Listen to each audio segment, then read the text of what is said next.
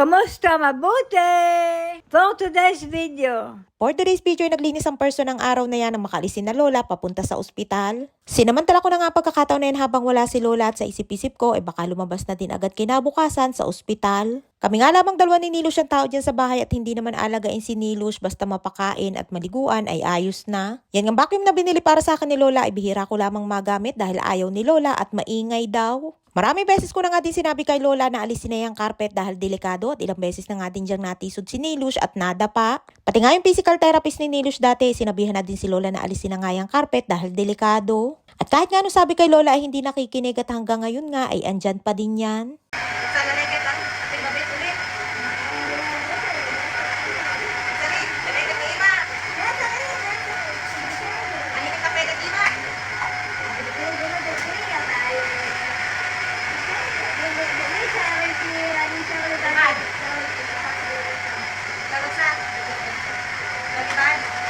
Ayat biniro ko si Nilush at tinatanong ko nga kung sasama siya sa akin sa ospital at pupuntahan ko si lola para alagaan. Okay lamang naman daw sa kanya na alagaan ko si lola, ang kaso isino daw maiiwan sa kanya at hindi siya pwedeng mag-isa. Mas gusto nga din ni lola na ako maiwan kay Nilush dahil mas kampante siya kapag ako ang kasama ni Nilush. At sa ospital naman ay si Rapi at yung anak ni lola na lalaki ang magbabantay sa kanya at sa gabi naman ay ayos lang kahit walang bantay. Andiyan na nga kami ninili sa kwarto ni lola at inuna ko na nga linisin yung bintana. Kapag nga andyan si lola, hindi ko malinis ng ayos ang kanyang kwarto dahil ayaw niya. Kaya yan at nilinis ko nga ng araw na yan ang bintana at inalis ko nga ang salamin para mapunasan ng ayos. Mahirap nga yung alisin dahil kailangang iangat at nakakaipit nga din niya ng kamay kapag inaalis. At delikado nga din dahil mapasala ka ng hawak ay paniguradong dadami at durog ang aabutin. At ayun nga si Nilush at panay ang kumpas habang nasa gilid ko at lagi nga yan nakabuntot sa akin.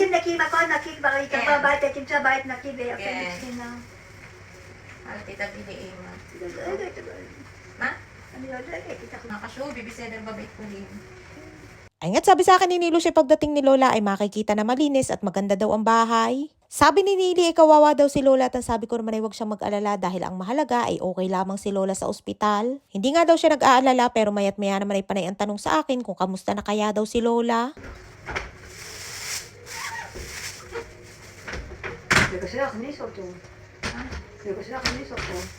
Ay nga't sa wakas ay naibalik ko na din ang salamin ng bintana at malinis na din. Kapag nga andyan si lola ay lagi yan nakasara at kung bukas man ay konting awang lang. At ayaw na ayaw ni lola na matatamaan ng hangin, mapahangin man yan sa labas o hangin ng electric fan. At kapag bukas naman ang aircon ay bukas din ang pintuan ng kwarto ni lola tapos ay sasabihin sa akin ay hindi niya daw maramdaman ng lamig. At yung aircon nga ay saktong nakatutok din sa may pintuan. At dahil matanda na nga si lola ay manipis na yung kanyang balat kaya sala sa lamig at sala sa init ang kanyang pakiramdam. Nga't pagkatapos kong linisin ang bintana ay nilinis ko na din yung gilid dahil puro tambak na naman. Ang hilig nga nila mag-ipon ng mga bagay na kahit patapon na ay itinatago pa din nila. Kahit nga nung linis dyan sa kwarto ni lola ay parang hindi na uubusan ng mga bagay na kailangan ng itapon. Nung bagong dating pangalaman ako dito sa kanila ay tambakan niya ng mga gamot ni lola at Nili na nakalagay sa mga plastic. At ayaw na ayaw nga ni lola na gagalawin ng kanilang mga gamot at ilalagay sa kung saan. Ibinili ko nga sila dati ng drawer na lagayan ng mga gamot, ang kaso'y ayaw ni lola at hayaan ko daw na nasa plastic. At ayun nga't ang dami kong nakuha ng mga pampahid sa balat at mga expired na yan. Habang nililigpit ko nga ay sinasabi ko kay Nili kung saan ko inilalagay para kung sakaling hanapin ni lola ay alam ni Nilush kung saan ituturo. Makakalimutin nga ako at daig pa nga ako ni Nilush na matalas ang memorya.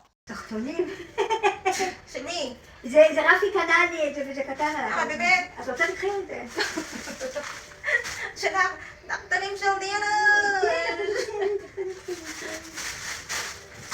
Ay nga tawang-tawa si Nilush na makabuklat kami ng mga panty at tinatanong ko nga sa kanya kung kanino yun. Binili daw yun ni Rapi para sa kanya at maliit na daw ay inaalok pa nga sa akin at kung gusto ko daw ay kunin ko na. Ay kainaman na rin si Nilush at pati ang kanyang mga panty ay pinag-aalukan sa akin. Pero mga bago pa naman yun at hindi pa nagagamit. Napakabait nga ni Rapi at pati nga panty ni Nilush ay naging tagabilid din pala si Rapi. Hindi naman yun kusang binili ni Rapi at siguro iniutos lang ni lola. Minsan nga kapag nasa tindahan ng mga damit si Rapi at meron siyang binibili ay pinapakisuyo din ni lola na ibili ng mga t-shirt si Nilush. Pero ngayon naman kapag kailangan ay si Imadora na ang tagabili. Ingat ang sunod ko namang nilinis ay ang kama ni lola at pagkakaayos ko nga dyan ay bumabalik din sa dati na gulo-gulo. Nilagay ko na nga sa plastic yung mga basura katulad ng tissue at mga balat ng gamot na wala ng laman.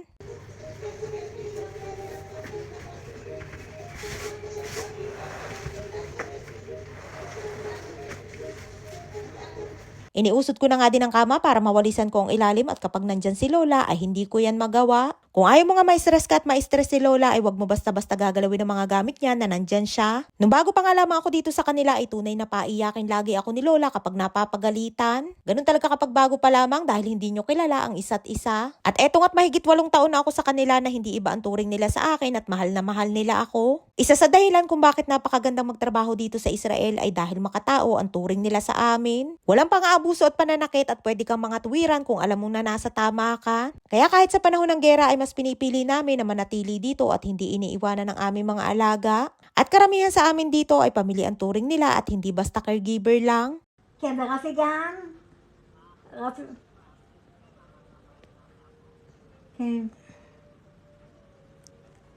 איפה את בטריפינה בתל השומר? Nga't habang nandyan pa kami sa kwarto ay biglang tumawag si Lola para kamustahin kami at balitaan tungkol sa kalagayan niya. Diyan nga ay nagpapalam din si Nilush kay Lola na gusto niya daw lumabas at bibili daw siya ng mga garapon. Pagkaalis nga ni Lola papunta sa ospital ay mayat-maya din akong niyayaya ni Nilush na kapag hindi pa daw lalabas si Lola ay kami daw ay lumabas at pupunta ng tindahan. Pumayag naman si Lola at kampante naman si Lola basta ako ang kasama ni Nilush. Tuwang-tuwa nga si Nilush na makausap si Lola at ang daming ang tanong at ang lakas pa naman din ng boses kapag nagsasalita. Sinasaway nga ni Lola si Nilush na wag maingay dahil meron siyang mga kasama na ibang tao sa kwarto. Ay nga't sa wakas ay malinis na ulit ang kwarto ni Lola at ready na ulit para sa muling pagbabalik ni Lola. Nang makausap namin si Lola ay maayos naman daw ang kanyang kalagayan at kailangan na i-x-ray. At kailangan niya din kuhanan ng dugo para sa kanyang blood test. Malakas naman si Lola, yun nga lamang ang kanyang nararamdaman ay medyo nahihirapan siya na huminga. Sa tinagal-tagal nga namin na may oxygen din sa bahay ay kung kailan naman kailangan ay saka wala. Simula nga noong 2021 na magka-COVID kami ay meron kaming oxygen din sa bahay na pinahiram ng ospital. At nung nakaraang taon nga lamang kinuha at dahil hindi naman nagagamit ni Lola ay di ibinigay na namin. At ayun nga't pagkatapos ko maglinis ay merienda time naman si Nilush, kape at cake. Ay siya hanggang dito lamang ating kwento for today's video. Maraming po salamat sa inyong suporta at laging panonood. Mag-ingat po kayo palagi. And please subscribe to my YouTube channel. Please follow and share. Salamat!